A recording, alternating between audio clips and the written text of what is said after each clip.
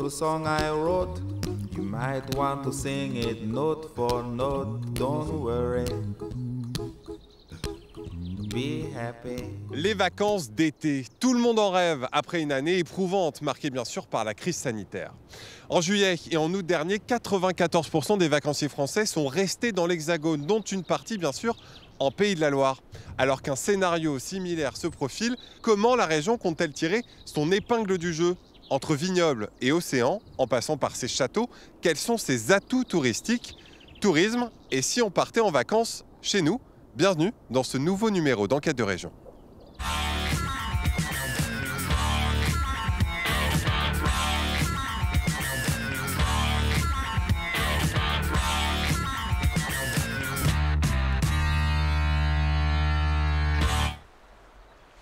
De la campagne mayonnaise aux plages vendéennes, les Pays de la Loire offrent une diversité de paysages exceptionnels. Un territoire prisé des Français depuis longtemps. Illustration avec la première destination du littoral, le pays de Saint-Jean-de-Mont en Vendée et ses 19 km de sable blanc.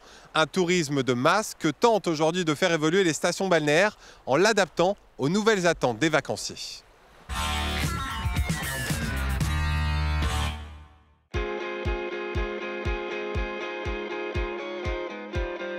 Saint-Jean-de-Mont sur la côte vendéenne, incarnation du développement fulgurant du tourisme balnéaire. Dans les années 60 et 70, une ville nouvelle est créée de toutes pièces.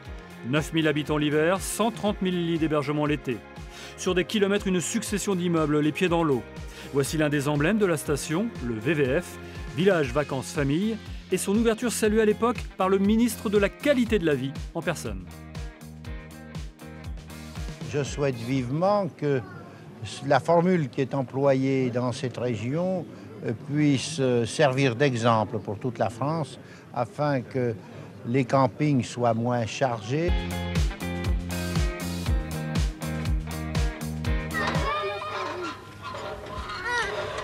Nous avons le bar qui est pas cher, les animateurs sont très gentils. Et le soir, on a des variétés, on a bal, on a cinéma, on a tout ce qu'il faut pour être heureux. Est-ce que vous avez eu l'occasion de vous promener dans la région un petit peu ? Oh, formidable. Il y a un site formidable, l'accueil des gens qui est formidable. C'est des vacances vraiment formidables. 50 ans après, si le bétonnage du front de mer a pris fin, l'immeuble de 9 étages, lui, a gardé son style d'époque et sa vue imprenable.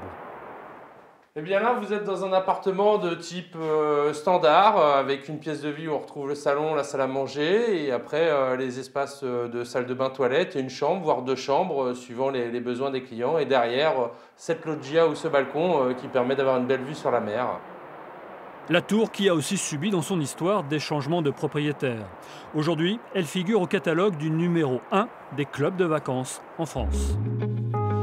Les campings, eux, font toujours partie du décor. Rien que sur la route reliant Saint-Jean à Notre-Dame-de-Mont, on en compte une quarantaine. Simple camping à la ferme à ses débuts, il y a 50 ans tout juste.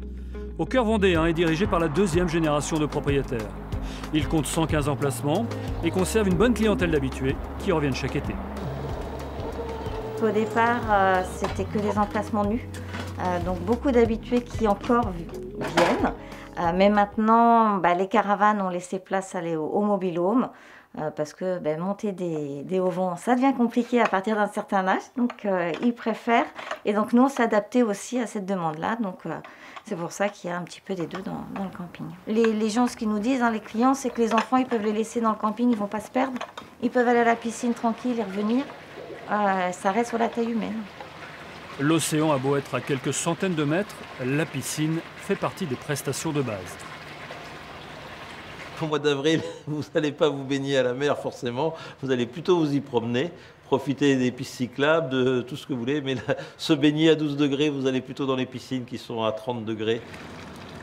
Même si les 3, 4, voire 5 étoiles sont devenues la norme chez les campings, Saint-Jean-de-Mont, la populaire, tente de se démarquer de cette image en proposant golf et thalasso, et ce toute l'année.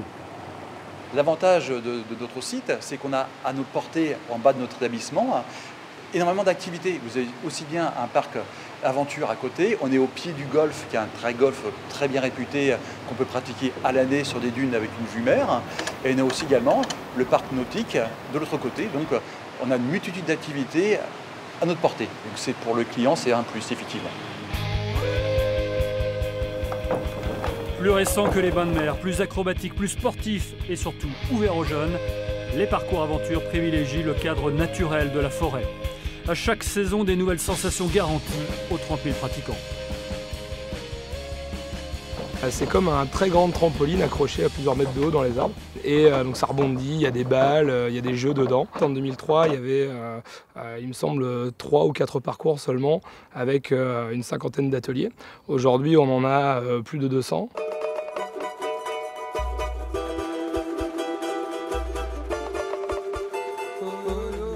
À l'extrémité nord des plages du pays de Saint-Jean-de-Mont, ce domaine, ouvert en 2017, fait figure d'îlot à part.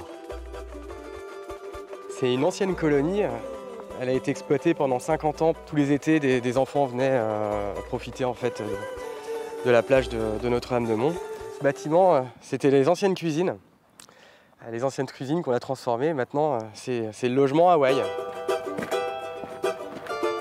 Toutes les villas qu'on a faites sont de capacité pour les petites de 4 à 10 personnes.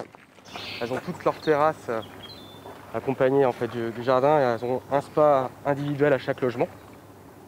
Avec leur déco style voyage autour du monde, on ne parle donc plus de gîtes mais de villas.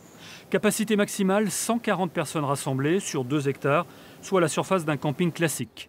Une nouvelle offre répondant aux attentes d'une clientèle de familles, de groupes et d'entreprises, notamment sur du court séjour. Une clientèle différente, plus locale, on part moins à l'étranger. On revoit un petit peu les caractéristiques de ce qu'on souhaite, avoir plus d'espace, être au calme. Faire vivre la station toute l'année, tel est l'objectif des professionnels du tourisme. Cela passe par des événements. À Notre-Dame-de-Mont, la ville a misé sur la grande plage pour organiser le festival À tout vent. 200 cervolistes chargés de lancer la saison début juillet. C'est parfait pour faire voler des cerfs-volants. On peut mettre vraiment beaucoup de grosses structures. Des fois, on parle de cerfs-volants qui vont faire 25-30 mètres de long. Mais on est aussi contraint par la marée, c'est-à-dire qu'on fixe les dates du festival en fonction du calendrier de marée. L'idée est d'avoir une marée basse l'après-midi, là où on a le plus de public en fait. Après la grande époque du tourisme de masse, le modèle est en train d'évoluer. D'autant qu'en 2021, la Côte de Lumière doit continuer à se renouveler. La faute au contexte sanitaire qui bouscule la visibilité et les habitudes en matière de séjour et d'activité. Sachant aussi que le désir de grand air et du bord de mer n'a jamais été aussi présent. Et parmi l'offre touristique, on l'a vu, le camping est très bien implanté en Vendée et depuis longtemps pour les tentes et les mobil-homes, c'est même le département français numéro 1 devant le Var.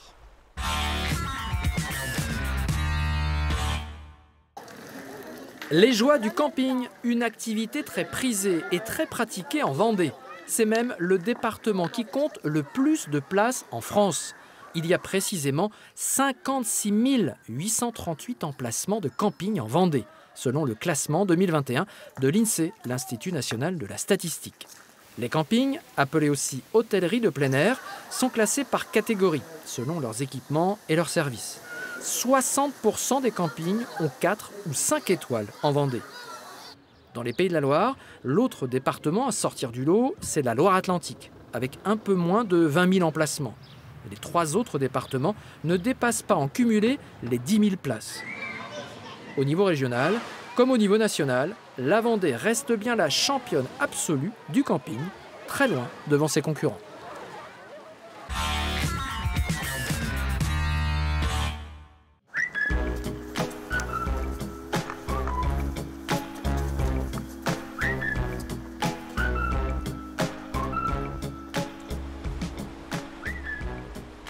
Franck Louvrier, bonjour. Bonjour. Merci de nous accueillir ici au musée Bosch. Vous êtes maire de la Baule, mais aussi président du comité régional du tourisme des Pays de la Loire. Le secteur a beaucoup souffert, moins 2 millions de nuitées entre avril et septembre 2020. Est-ce que vous vous attendez à un scénario pareil l'été prochain? Non, j'espère que le scénario sera beaucoup plus serein l'été prochain, pour la simple et bonne raison, c'est qu'on voit quand même le bout du tunnel. Et on espère bien que les dispositifs sanitaires n'imposeront pas des restrictions comme on a pu le connaître cet hiver. Vous savez, ce monde du tourisme a vraiment connu sans doute la plus forte crise depuis la Seconde Guerre mondiale en matière économique. Et donc il faut vraiment l'aider pour permettre de traverser cette crise. C'est la raison pour laquelle la région a beaucoup aidé, notamment financièrement avec l'État. Vous parliez des aides de l'État, il y a eu des prêts garantis par l'État, un fonds de solidarité. Est-ce que ça a suffi ? Écoutez, ça a permis de passer la tempête, mais comme on le dit dans un milieu sanitaire, quand vous êtes sous perfusion, vous ne vous rendez pas toujours compte de la suite. Et c'est vrai que les difficultés, elles sont parfois après la période compliquée que nous rencontrons en ce moment. Mais est-ce que vous craignez des fermetures et une crise des vocations ? Bien sûr, d'abord on craint bien sûr des dégâts en matière d'ouverture de restaurants, d'hôtels même. Hein, et puis vous savez, les établissements de nuit n'ont pas pu ouvrir, les bars ont été dans une situation très compliquée aussi. Et puis c'est vrai qu'il y a eu une fuite un petit peu du personnel du monde du tourisme. En fin de compte, certains se sont dit on abandonne ce secteur pour aller vers d'autres secteurs. Et donc c'est déjà très difficile de recruter dans le monde du tourisme. Et je pense que malheureusement, les mois à venir vont être compliqués en matière de recrutement. L'été dernier, l'attrait du littoral a permis une légère amélioration. Comment attirer les Ligériens, les Français en Pays de la Loire ? Très simplement par une offre très diverse. Enfin, notre force, c'est la diversité de l'offre. Vous savez, il y a quelques années encore, les gens venaient sur la plage du matin jusqu'au soir.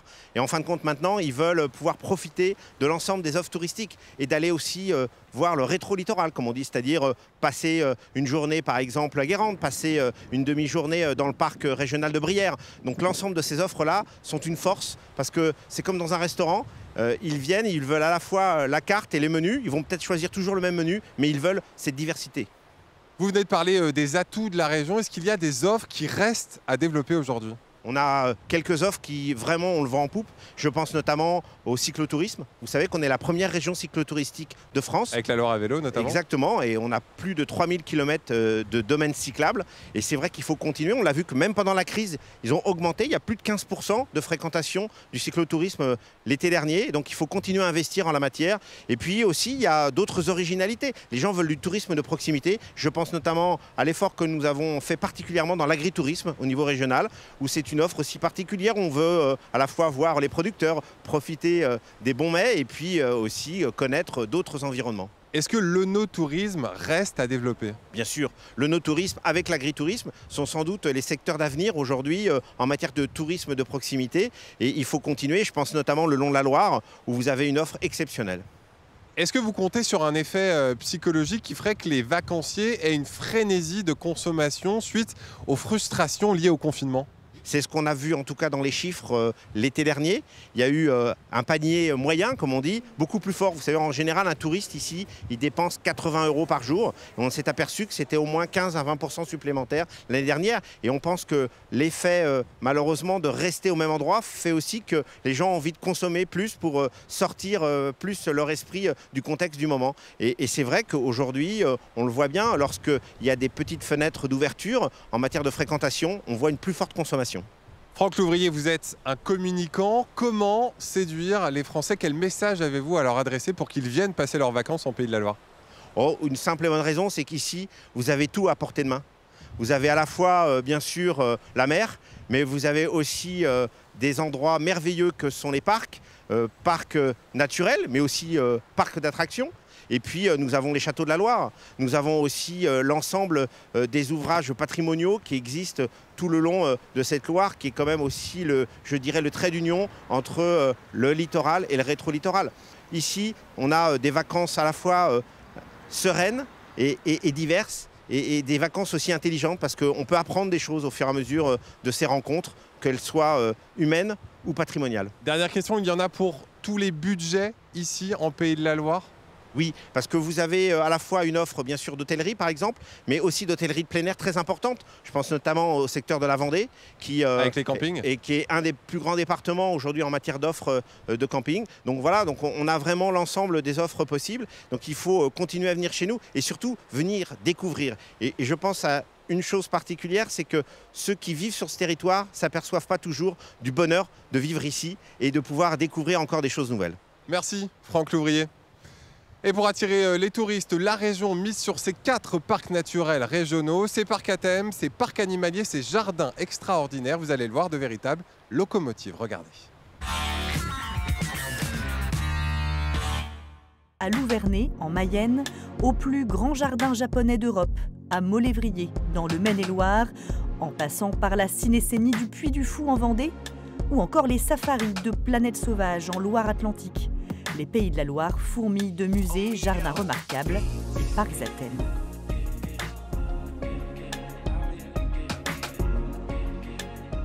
Au total, la région compte 735 lieux de visite, propices au dépaysement et aux loisirs en famille.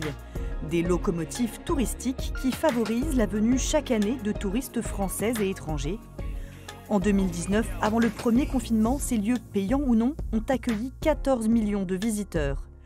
De quoi valoriser l'emploi et les savoir-faire locaux, comme à Ecologia, parc mayennais dédié à l'environnement et au développement durable. Aujourd'hui, il y a plus de 1500 acteurs qui sont intervenus, des écoles, des entreprises privées, des collectivités, les banques, des bénévoles qui entretiennent les jardins, des apiculteurs, bref, tout un tas d'acteurs qui font que ce projet vit et permet de développer le territoire, le département. Mais la crise sanitaire a changé la donne. Gestes barrières, jauges limitées, chômage partiel, fermeture, tous ont dû faire face à des baisses de fréquentation et des pertes financières plus ou moins importantes selon leur secteur d'activité. On a quand même des dépenses sur cette période de fermeture, l'alimentation des animaux, l'énergie, l'entretien du parc, les salariés bien entendu. Et puis après, comme beaucoup, on fait attention aux dépenses, on fait attention aux charges. Et là, on réduit au maximum nos dépenses. Le parc de loisirs sartois Papéa a perdu 1 million d'euros de chiffre d'affaires durant le premier confinement. L'été 2020 a été décisif. Plus facile de tirer son épingle du jeu pour les parcs de pleine nature comme Molévrier, Terra Botanica dans le Maine-et-Loire. D'ordinaire fermés au public de novembre à avril, ils ont comme chaque année été pris d'assaut à leur réouverture au printemps et durant tout l'été. Pour le Puy du Fou en Vendée, vitrine de la région depuis 40 ans, visité par plus de 2 millions de personnes chaque année, la saison dernière a été sinistrée par la crise. Gros manque à gagner pour le parc qui investit plusieurs millions d'euros à chaque animation et ne cesse de s'exporter à l'étranger. Quel avenir pour lui comme pour tous les autres parcs payants des Pays de la Loire, alors qu'un troisième confinement repousse encore le début de leur saison estivale.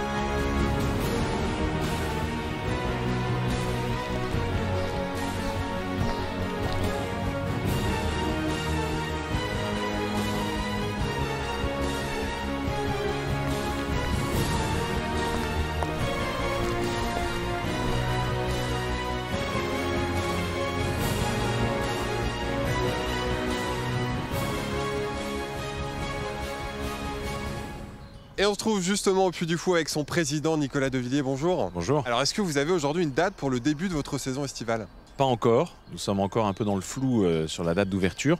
Mais on espère vraiment ouvrir dans le courant de ce printemps. Parce qu'il y a des bons signaux malgré tout, on le sent, qui nous laissent penser qu'il sera possible d'ouvrir. Et puis vous savez, au Puy du Fou, on a préparé vraiment tous les moyens qu'on avait mis en place d'ailleurs au cours de l'expérience de la saison passée. Et donc ça nous a permis aujourd'hui de faire face vraiment avec tous les gestes barrières à toutes les contraintes que cette crise nous impose. Quel va être selon vous le protocole sanitaire à respecter? Ça sera probablement un protocole sanitaire qui sera identique à celui avec lequel on a conclu notre saison passée. Dans tous les sites de loisirs, dans tous les lieux de culture, on a vu qu'il n'y a eu aucun cluster, ni en France ni en Europe.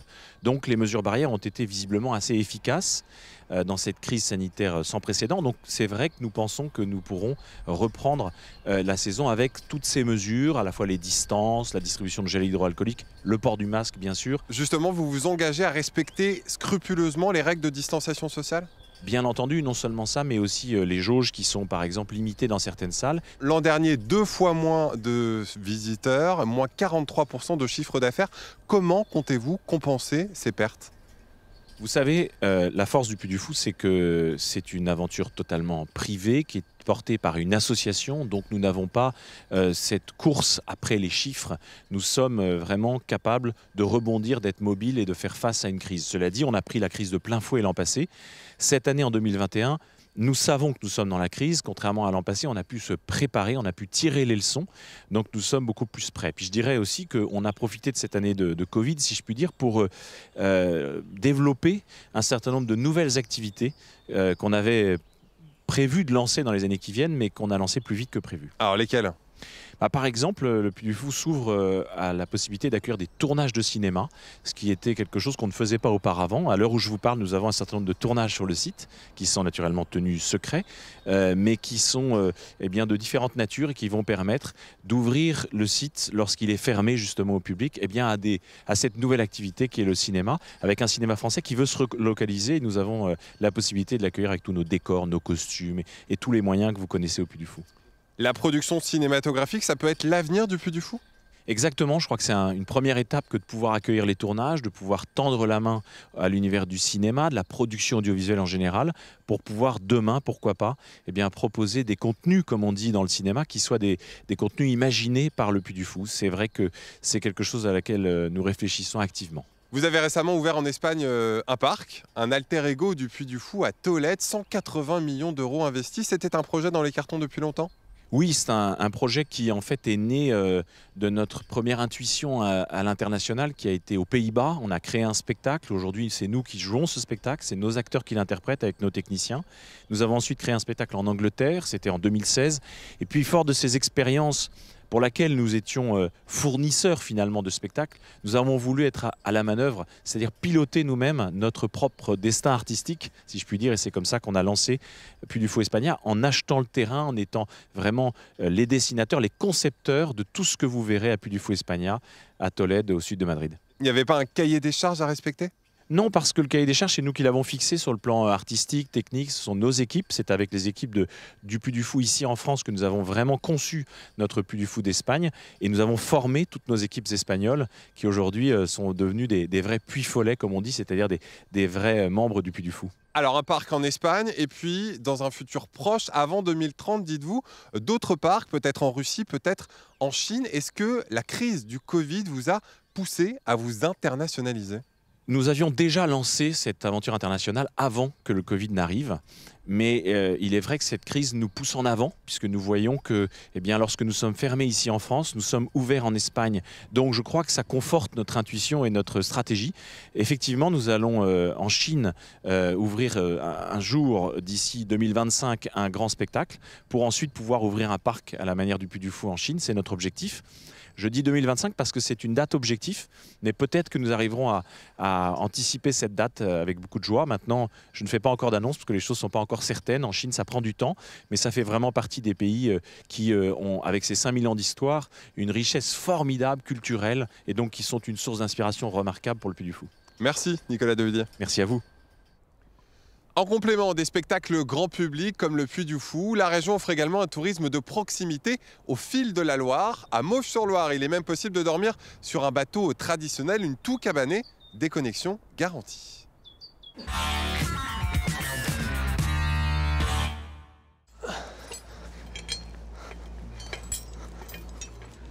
C'est parti! L'Anguille-sous-Roche, c'est le nom du bateau de Fabien Rollet. Il est basé à mi-chemin entre Nantes et Angers. Et c'est à partir de là qu'il se lance dans une nouvelle activité pour proposer aux touristes de profiter de la Loire au fil de l'eau. L'idée, c'est vraiment de se poser sur la Loire, au cœur de la nature, dans un bateau traditionnel de Loire, avec l'âme de la Loire, et de se poser confortablement, parce que c'est vraiment une petite maison, avec tout le confort. Une petite maison sur l'eau, avec 4 couchages, cuisine, toilette et douche. Les vacanciers peuvent embarquer pour toute une semaine. Maître d'œuvre dans le bâtiment pendant 15 ans, Fabien a tout aménagé lui-même en mettant une petite touche écolo, comme pour les panneaux solaires, mais aussi pour le choix des produits ménagers. On utilise des produits un peu particuliers, notamment le savon de Marseille, qui est une matière entièrement naturelle et avec lequel on peut tout faire. Donc on peut se laver les mains, on peut faire la vaisselle, on peut se laver, on peut faire du shampoing et derrière on ne pollue pas du tout. Et ça, moi, c'est un petit message parce que de là, on se rend assez vite compte que les rejets ils vont à la rivière. Donc quelque part, il y a une petite sensibilisation aussi là-dessus. Sur un fleuve encore sauvage, Fabien réserve aussi quelques plaisirs simples à ses hôtes. Chaque jour, voilà, sur les 3 heures de navigation, on s'arrête soit 1 heure, on met l'ancre au milieu de l'eau pour manger, ou alors on s'arrête 1 heure sur un banc de sable comme ça pour être sur la plage, des choses comme ça. Voilà. Et après, le soir, on va plutôt en général dans des escales, des petites villes un peu ligériennes qui sont sympas, où il y a des bars, des restaurants. En dehors des heures, avec Fabien Labarre, ce sera donc quartier libre pour les occupants. Ils pourront profiter seuls du bateau amarré, des escales et bien sûr tout au long du séjour de cette nature environnante à portée de regard.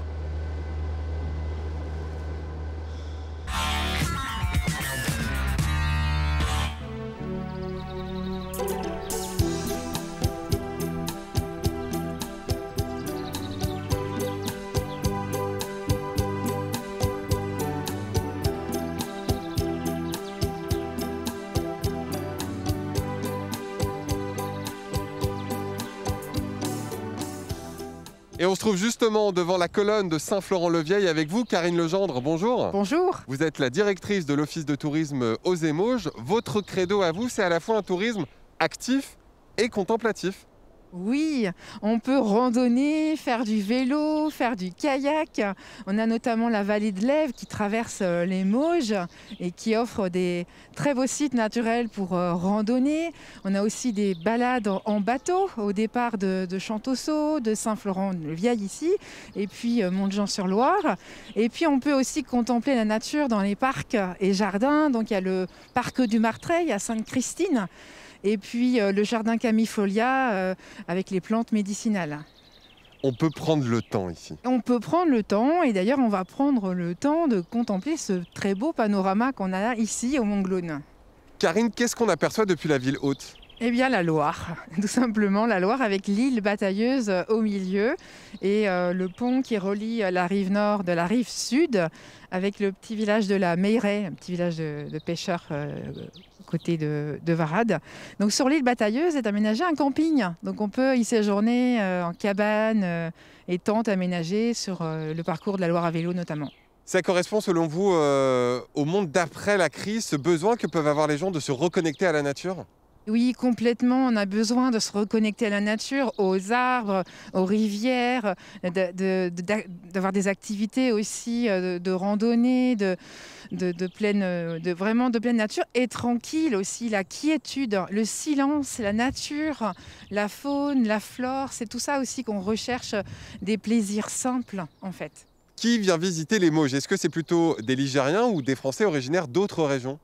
Eh bien, c'est d'abord les Ligériens, les habitants des Pays de la Loire qui viennent surtout, même en temps normal, séjourner ici à Saint-Florent-le-Vieil ou dans les Mauges.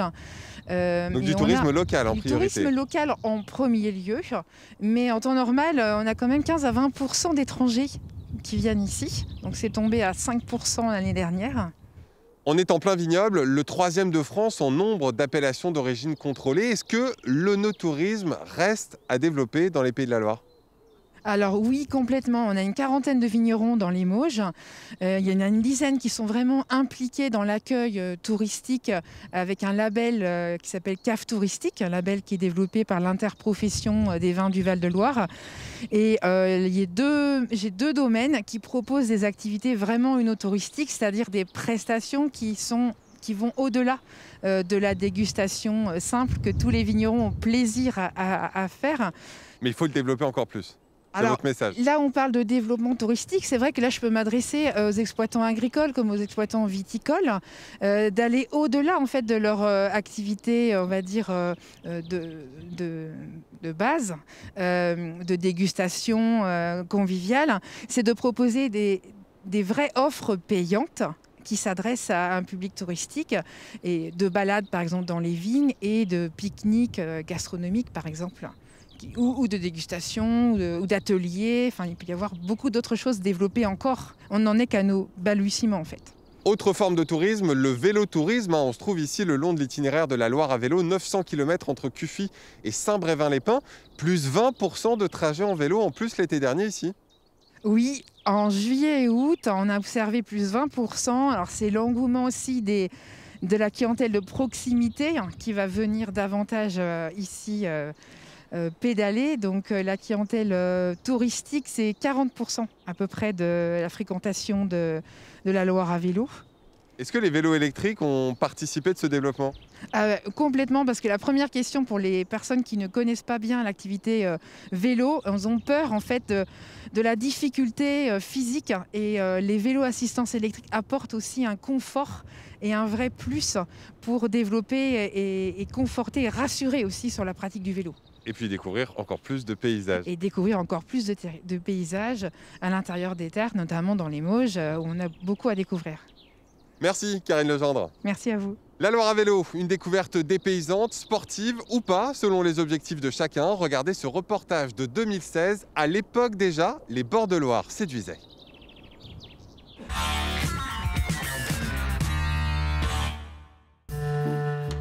Saint-Florent-le-Vieil, promontoire fortifié qui domine la Loire. À ses pieds, sur les berges, des cyclistes venus goûter au charme de ce fleuve majestueux et aux paysages reposants. Ils viennent d'Allemagne, d'Angleterre ou de Hollande. Ils voyagent en groupe ou en couple, comme Diana, la Hollandaise. En ce moment, notre voiture est à Saumur. Nous sommes partis en train à Nantes. Nous y avons passé quelques jours en camping et bien sûr visité la ville. Maintenant, nous retournons vers Saumur. Nous y serons dans quelques jours.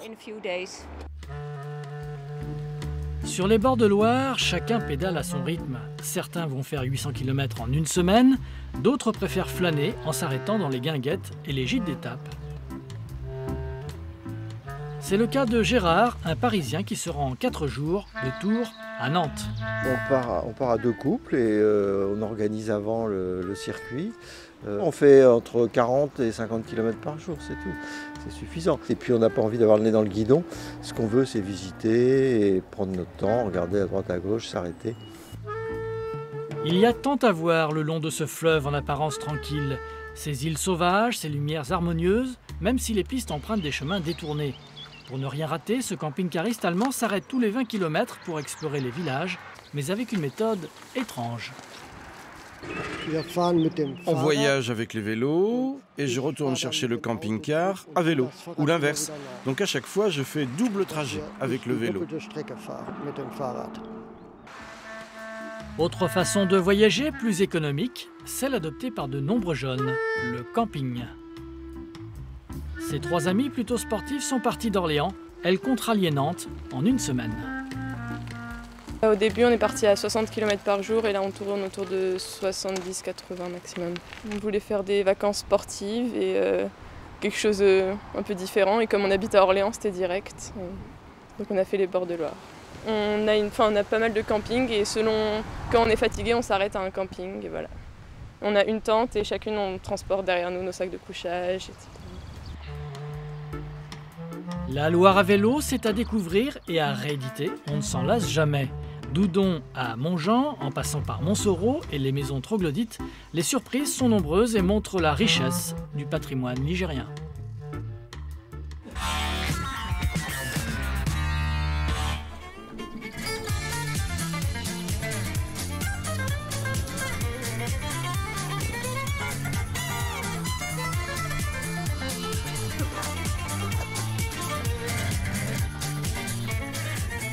Et on continue d'explorer les bords de Loire ici, à Montjean-sur-Loire, un village typique chez Louise et Alexandre Bélanger. Bonjour. Vous êtes frères et sœurs, merci de nous accueillir ici. Alors ici, on est au bout de l'île, l'île de Chalonne. Alors le bout de l'île, c'est le nom de votre établissement. On y trouve des chambres d'hôtes, une guinguette, un restaurant. C'est une aventure familiale avant tout ? Alors oui, effectivement, c'est une histoire de famille. Donc Jean-Jacques et Véronique, notre papa et notre maman, ont monté la partie hébergement, donc 4 chambres d'hôtes et puis 3 yourtes il y a maintenant 10 ans. Et puis avec Louise, on a rejoint l'affaire en créant la guinguette il y a maintenant 3 ans. C'est une reconversion, hein. Vous ne travailliez pas du tout avant dans le tourisme. Ah, complètement, oui. Moi j'étais dans les ressources humaines et puis Louise dans le social. Comment ça se passe ce travail en famille ? C'est très sympa, on rigole beaucoup, alors c'est pas toujours très simple, mais on se connaît bien, du coup c'est facile d'échanger ensemble et on s'amuse bien. Comment s'est passée cette dernière année pour vous, ici, au bout de l'île ?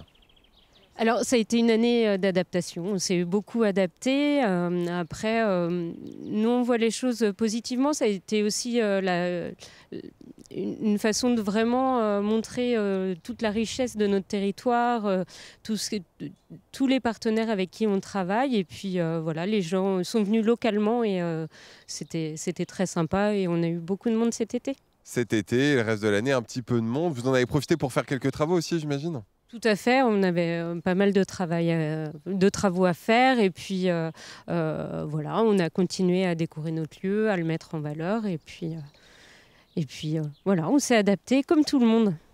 Alexandre, les aides de l'État, ça a été primordial pour vous ou pas spécialement ? Bah oui, ça a été plutôt essentiel, comme beaucoup de restaurateurs. Après, nous, avec le Covid, on a eu quand même 2 mois qui ont été en piété, et puis on est vraiment sur une activité saisonnière. Donc oui, ça a été indispensable pour la vie de l'établissement. Oui. On est sur l'itinéraire de la Loire à vélo avec beaucoup de cyclistes qui passent ici et vous disposez d'un label Accueil Vélo. En quoi ça consiste ce label ? On met en fait à disposition, notamment sur la partie hébergement, un local sécurisé pour les vélos et puis un petit atelier où ils peuvent réparer leur vélo, changer le pneu crevé, régler les freins, etc. Pour le confort des cyclistes. Pour le confort des cyclistes, oui, c'est ça. C'est principalement des cyclistes qui viennent vous voir ? C'est vrai qu'on a beaucoup de cyclistes. Alors, ça a changé cette année. Les autres années, on avait beaucoup d'étrangers. Et cette année, ça a été beaucoup de cyclistes en local sur des portions de la Loire à vélo qui étaient souvent un peu plus courtes, voilà, sur des fois un week-end. Mais oui, on a énormément de cyclistes et c'est agréable parce qu'il y a ce temps aussi qui est peut-être un petit peu moins pressé quand des gens qui font la Loire à vélo, qui prennent le temps de découvrir ce qu'il y a de beau par ici. Vélo traditionnel, vélo électrique, il y a les deux ? Alors, il y a de plus en plus de vélos électriques et c'est très sympa parce que voilà, les gens en vélo électrique hésitent moins à faire un petit peu plus long parcours et du coup, on a beaucoup d'angevins qui peuvent venir, par exemple, à la journée, faire une petite pause à la guinguette et repartir sur Angers. Votre restaurant dispose d'un autre label, le label Écotable. Ça a à voir avec le développement durable, c'est ça ? Alors le label Écotable, c'est un label qu'on a depuis maintenant 2 ans et qui promeut tous les établissements qui mettent en valeur le développement durable. Donc ça va être travailler avec des producteurs locaux, favoriser le bio. Et puis aussi, ce qui était important pour nous, d'avoir une démarche positive sur la gestion des déchets, sur la maîtrise des énergies. La façon dont on consomme l'électricité, l'eau, ce qu'on fait des déchets. C'est des choses toutes bêtes, mais nous, par exemple, à la guinguette, il n'y a pas de serviettes jetables, c'est que des serviettes lavables. On a récupéré énormément de mobilier. La peinture pour la décoration, c'était de la peinture de récupération. Enfin voilà, on essaye vraiment de consommer raisonnablement en fait. Et de réduire votre empreinte carbone. Ouais. Le tourisme vert, c'est vraiment l'avenir selon vous ? En fait, on aime notre lieu.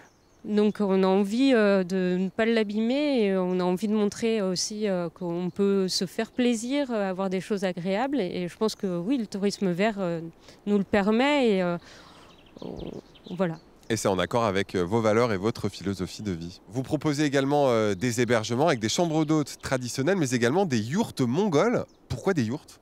Alors oui, effectivement, on a des yourtes également. Donc c'est Jean-Jacques et Véronique, nos parents, qui avaient initié ce projet. Ils recherchaient un hébergement insolite avec la problématique d'être en zone inondable. Donc il fallait que ça soit un hébergement qu'on puisse démonter en cas de crue. Non constructible.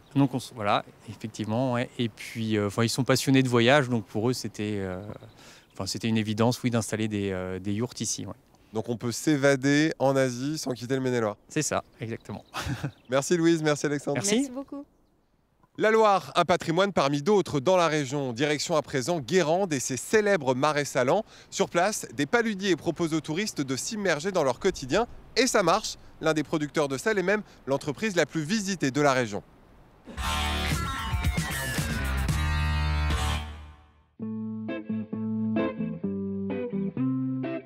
1500 hectares de marais salants qui suscitent la curiosité. En pleine saison estivale, pas moins de 30 visites classiques ou thématiques sont organisées chaque jour. Benoît Guiton, paludier depuis 2 ans, anime l'une d'entre elles consacrée à son métier. Donc nous, ce qui va nous permettre d'évaporer, ça va pas être la chaleur, ça va pas être la canicule, ça va être simplement le soleil et le vent.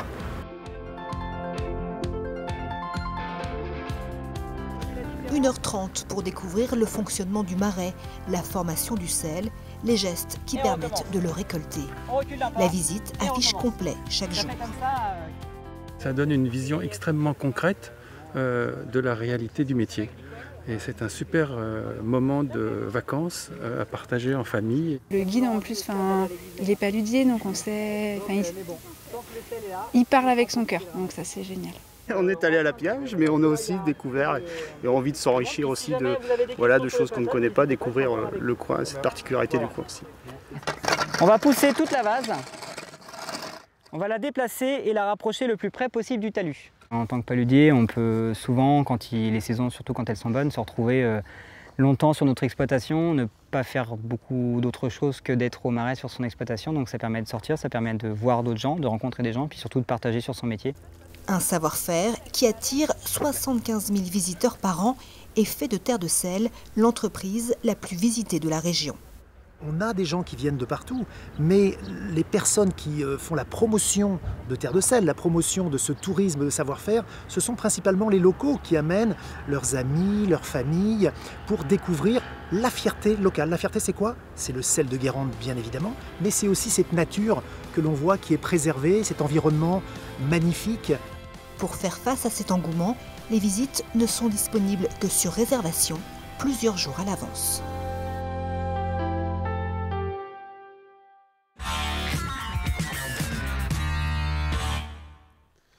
Un tourisme, on vient de le voir, qui peut être patrimonial, mais également synonyme de bien-être. Dans la région, 6 centres de thalassothérapie sont installés le long du littoral.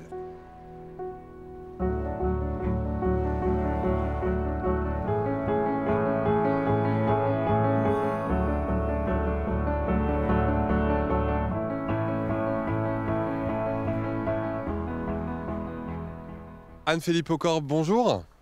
Bonjour. Merci de nous accueillir dans votre établissement, le Château des Tourelles, un spa, une thalasso, un hôtel, un restaurant, un établissement qui est affiché complet l'été dernier.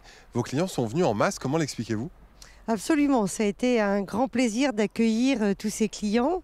Ça a été un plaisir déjà parce qu'on sortait d'un confinement, d'une période qui était vraiment très contraignante et très difficile pour nos équipes, ainsi que pour nos clients qui avaient été privés d'un établissement de soins, de plaisir.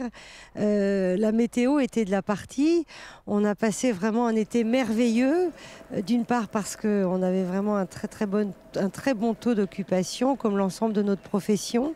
C'était, me semble-t-il, une réponse tout adaptée à nos clients qui venaient de vivre le confinement, de venir profiter des soins d'eau de mer, des piscines d'eau de mer, et puis d'une ambiance très agréable de massage, de restauration festive à l'extérieur. On a eu vraiment une saison délicieuse. Comment imaginez-vous l'été prochain ? On imagine l'été prochain avec beaucoup d'optimisme parce que dans notre profession, nous avons un pick-up. Le pick-up, c'est les réservations à date. Et à ce jour, nous avons plus de 20% de séjours réservés pour les mois de juillet et des mois d'août, ce qui représente déjà une avance par rapport aux années précédentes. Je pense que si l'an passé, déjà, la saison estivale s'annonçait comme étant une vraie bouffée d'oxygène et d'air marin, je pense que cette année, ce sera encore amplifié avec une année supplémentaire qui a été très très difficile pour tout le monde. Est-ce que vous comptez demander un passeport vaccinal à vos clients l'été prochain ? Alors, c'est une question qui est un peu compliquée parce que de toute façon, nous suivrons les réglementations de notre ministre qui seront en vigueur. Nous avons envie de proposer à notre personnel la vaccination aussi parce que ça nous semble important dans un établissement de soins que nos clients puissent venir en toute sécurité, soient rassurés. Le passeport vaccinal, écoutez, si le gouvernement devait le mettre en place, bien sûr, on serait très vigilants. Majoritairement, vos clients sont plutôt ligériens, franciliens ? Plus de 50% de nos clients sont des franciliens. Il y a un accès qui est quand même très favorisé avec le TGV, avec la voie express. Et puis je crois que la Baule a vraiment cette histoire d'accueillir, on va dire, la région Île-de-France. Donc c'est la première source de clientèle. La deuxième, elle est ligérienne. Les étrangers représentent 2%, 3%. Vous réfutez le terme de tourisme de luxe, pour quelle raison? Le centre de thalassothérapie, c'est un centre pour amener des soins et des bienfaits marins. Alors, on n'est pas du tout. Le point de départ n'est pas du tout dans le luxe ou le chic. La première notion, c'est le soin. La première notion, c'est la santé. Mais ça a un coût, la santé. Un séjour de thalasso, vous pouvez avoir des prix du simple au quintuple selon la saison. Car c'est le prix de l'hébergement en saison qui fait monter le prix du séjour de thalasso. D'une manière générale, vous pouvez trouver des séjours de thalassothérapie d'une semaine sur nos côtes pour 1 000 €, 1 200 € à certaines dates. Donc, par rapport aux bienfaits apportés, par rapport à la qualité de l'ensemble des établissements de thalasso en France, un séjour de 1 200 €, tout compris, pour retrouver une forme, retrouver une santé. Voilà, je ne pense pas qu'on puisse appeler ça un tourisme de luxe. Ou alors les sports d'hiver, c'est un tourisme de super luxe. En ce moment, vos établissements sont fermés. Comment avez-vous fait face à vos charges fixes? Très difficilement. Nous avons fait face à nos charges fixes dans un premier temps grâce au PGE, au prêt garanti par l'État. Je salue la région des Pays de la Loire qui a été très réactif aussi, qui nous a accordé un prêt dès le départ, quasiment dès la première semaine, et puis à nos banques, et puis à des négociations vis-à-vis de différents fournisseurs. Ce sont des prêts garantis par l'État. Il faudra un jour les rembourser. Anne-Philippe Aucorbe, vous avez profité de cette période de fermeture pour réaliser des travaux, pour vous projeter vers l'avenir? Vous savez, dans un centre de thalassothérapie, il y a beaucoup d'usure, parce que c'est de l'eau de mer chauffée, et beaucoup de travaux font du bruit lorsqu'on les réalise. Il faut toujours profiter de fermeture. Et là, cette fermeture forcée un peu longue, peut-être même un petit peu plus longue que ce que les travaux auraient nécessité, nous ont permis de refaire des chambres, refaire des systèmes de pompage, des systèmes de ventilation, refaire entièrement de la décoration, refaire le bar. Nous sommes dorénavant fin prêts pour accueillir nos prochains clients avec une impatience que vous n'imaginez pas. Merci Anne-Philippe Aucorbe. Merci à vous, merci beaucoup. Pour se ressourcer, certains aiment les spas, d'autres préfèrent les chemins de randonnée. Et ils sont nombreux en Pays de la Loire. Le plus célèbre d'entre eux, le GR3, s'achève à Saint-Nazaire, une ville également traversée par un autre chemin de randonnée, le GR34. Lui aussi compte ses habitués.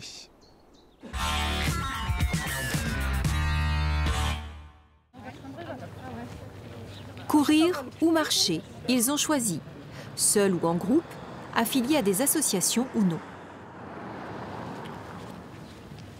Je suis nazérienne, je suis née ici, à proximité, donc je fais souvent cette balade, par tous les temps d'ailleurs. La randonnée, à la limite, je peux aussi la faire toute seule parce que je fais retrouver un peu d'apaisement. Hein, je me retrouve, quoi, en fait. Se retrouver près de chez soi, à redécouvrir son milieu urbain ou semi-urbain, c'est le plaisir de Marie-Odile, marcheuse tout-terrain en toute saison. Et la hauteur, t'as vu la hauteur aussi par rapport à nous? Je passe pas une journée sans pouvoir marcher. Et c'est pour ça aussi que le coin, je l'aime beaucoup, parce qu'on a plein de possibilités de marche, soit petite balade, soit randonnée, parce qu'il y a des grands circuits aussi à faire. Et il y a tellement de choses à découvrir ici que j'adore ce coin, j'adore cette ville et j'adore ce coin. Le GR34, aussi appelé le Sentier des Douaniers, part de la base sous-marine de Saint-Nazaire, ou bien des côtes de la baie du Mont-Saint-Michel, contourne la Bretagne. La mer est son artère principale. La randonnée, c'est accessible pour tout le monde. Il vous suffit d'une paire de chaussures et puis voilà, vous partez avec le minimum, une bouteille d'eau et puis voilà, vous êtes parti et vous n'avez plus de limite, quoi. Sauf la fatigue. Mais la fatigue après une belle journée de randonnée, on est content, un bon repas et puis voilà, c'est reparti pour le lendemain. Une semaine, ça peut être sympa ça quand même. Alors une semaine, oui, c'est ça. Yannick connaît cette portion de sentier par cœur, ne s'en est jamais lassé. Je suis né très près d'ici, en fait, dans un quartier qui se situe à 300 mètres à peu près. Et donc j'ai passé toute mon enfance et mon adolescence. Je venais avec mes grands-parents à la plage en bas. Là, souvent, moi, quand je marche, paradoxalement, je pense à être sur l'eau. Et quand je suis sur l'eau et que je regarde la côte, je me dis mais ça doit être superbe de marcher au bord de la côte. C'est le genre de pensée que j'ai. Bon, c'est un peu particulier, ouais. Marcher ouvre à des chemins de pensée surprenants à n'en pas douter. Voilà, c'est fini pour cette enquête de région. On espère vous avoir converti au charme des Pays de la Loire et ils sont très nombreux, vous l'aurez compris. Merci à toutes les équipes qui ont travaillé sur ce numéro. À bientôt.